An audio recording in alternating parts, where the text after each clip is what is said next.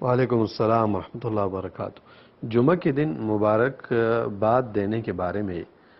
جو محققین علماء کا فتویٰ ہے یا قول ہے وہ یہ ہے کہ یہ چیز جائز نہیں ہے، کیونکہ جمعہ کا جو دن ہے یہ رسول اللہ صلی اللہ علیہ وسلم کے زمانے میں،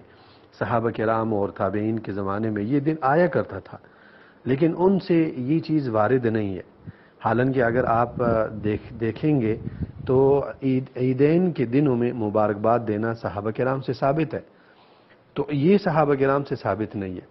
یہی وجہ ہے کہ جتنے علماء سے یہ بات پوچھی گئی ہے، جیسے امام ابن باز ہے، صالح الفوزان ہے، امام ابن عثیمین ہے، اس کے سوا جتنے بھی بڑے بڑے علماء ہیں جن سے یہ سوال پوچھا گیا ہے، تو انہوں نے یہ کہا ہے کہ فَالَّذِي يَظْهَرْ لَنَا أَنَّهَا غَيْرُ مَشْرُوعَةٍ،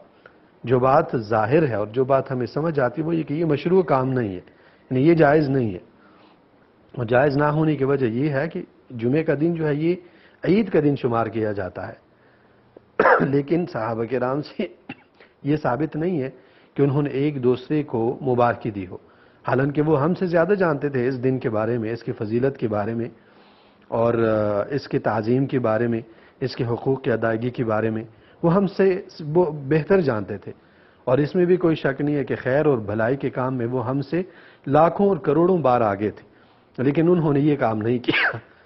اور بہتری جو ہے یہ اللہ کے رسول صلی اللہ علیہ وسلم اور صحابہ کرام کی اقتداء میں ہے، تو جب ان سے یہ بات ثابت نہیں ہے تو انسان کو نہیں چاہیے کہ وہ اس طرح عمل کرے جو کہ اللہ کے رسول صلی اللہ علیہ وسلم اور صحابہ کرام سے ثابت نہ ہو۔ امام صالح الفوزان رحمہ اللہ فرماتے ہیں کہ ما كان السلف يهنئ بعضهم بعضا يوم الجمعہ فلا نحدث شيئا لم يفعلوه،